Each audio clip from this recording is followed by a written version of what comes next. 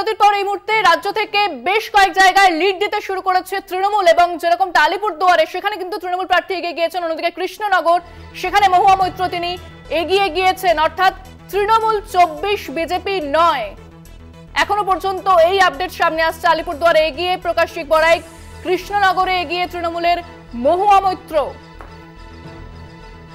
পুরুলিয়াতে এগিয়ে তৃণমূলের শান্তিরাম মাহাতো, পুরুলিয়াতে তিনি এগিয়ে রয়েছেন।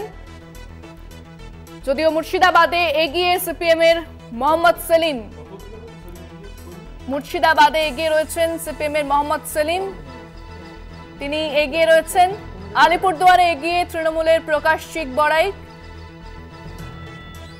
একাধিক জায়গা থেকে এই মুহূর্তে লিড দিচ্ছে তৃণমূল। ঘাটালে এগিয়ে দেব, যদিও দার্জিলিং এ এগিয়ে বিজেপি প্রার্থী রাজু বিস্ত, তিনি দার্জিলিং এ এগিয়ে রয়েছেন।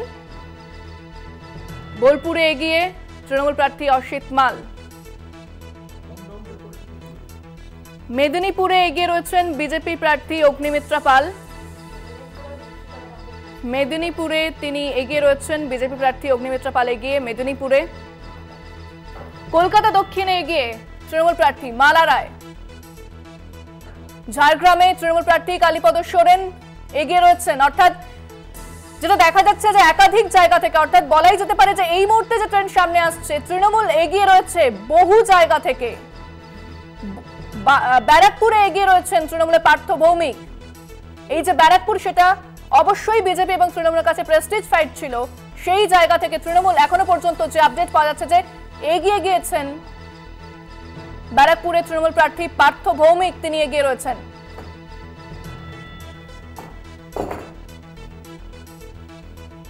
উলুবেড়িয়ায় এগিয়ে তৃণমূলের সাজদা আহমেদ, উলুবেড়িয়ায় এগিয়ে রয়েছেন তৃণমূলের সাজদা আহমেদ, ব্যারাকপুরে এগিয়ে তৃণমূলের পার্থ ভৌমিক।